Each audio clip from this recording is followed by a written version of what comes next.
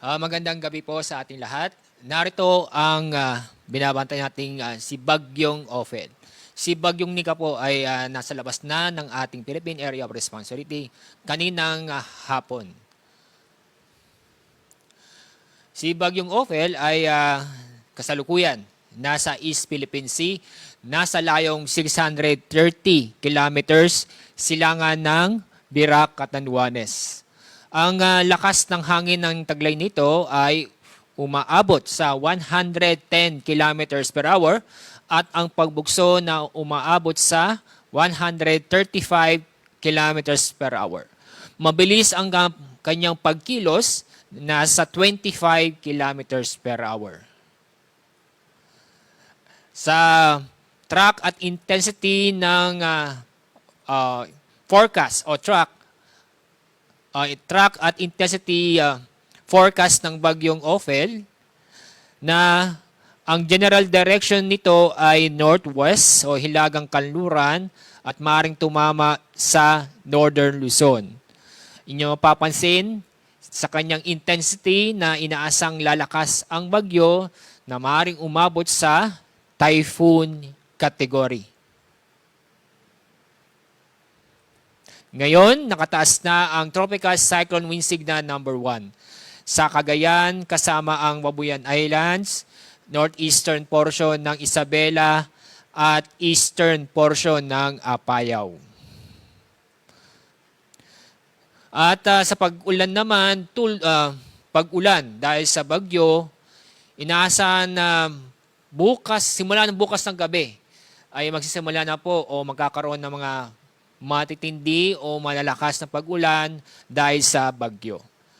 Kaya mula pang bukas ng gabi, simula ng bukas ng gabi hanggang Thursday ng gabi, may naasahan na intense hanggang torrential na pag-ulan sa Isabela at sa Cagayan.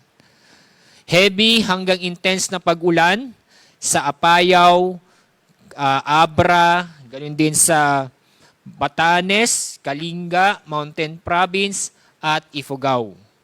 Moderate to heavy rains sa Ilocos Norte, Ilocos Sur, Benguet, Nueva Vizcaya, Quirino at Aurora.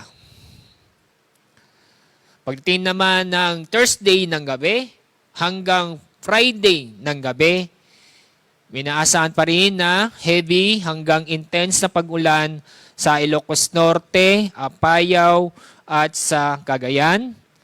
Moderate to heavy rains sa Abra at Ilocos Sur.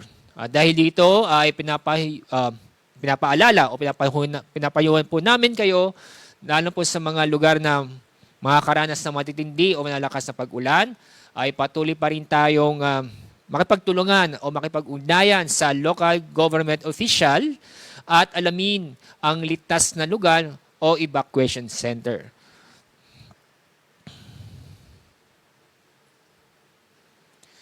Pagdating naman sa storm surge warning, inaasahan na ang taas na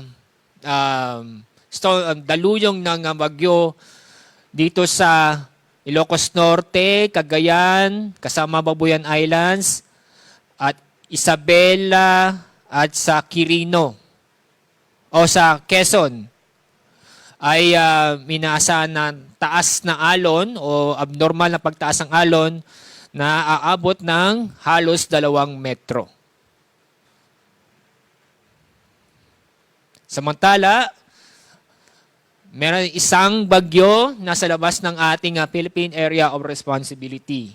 Isa siyang severe tropical storm. Ang pangalan po niya o international name ay Manny. Napakalayo pa ang bagyong nito sa ating kalupaan. Nasa layong 2,435 kilometers. Silangan ng southeastern Luzon. Ang lakas ng hangin ito ay nasa 75 kilometers per hour at ang paggalaw nito ay southwestward, nasa 20 kilometers per hour. So yung papansin na bukod kay Ophel, At ito naman si Nika ay nasa labas ng PAR. May isang bagyo na ating binabantayan. So, paalala po at pinapahuna po namin na patuloy tayo maging antabay sa aming pinapalabas na update, lalo-lalo po ang Tropical Cyclone Bulletin patungkol sa mga bagyo. Yan po ang ating latest sa binabantayan nating bagyong Ophel at ganoon din sa si bagyong Manny na sa labas ng Philippine Area of Responsibility. Magandang gabi at mag-ingat po tayo.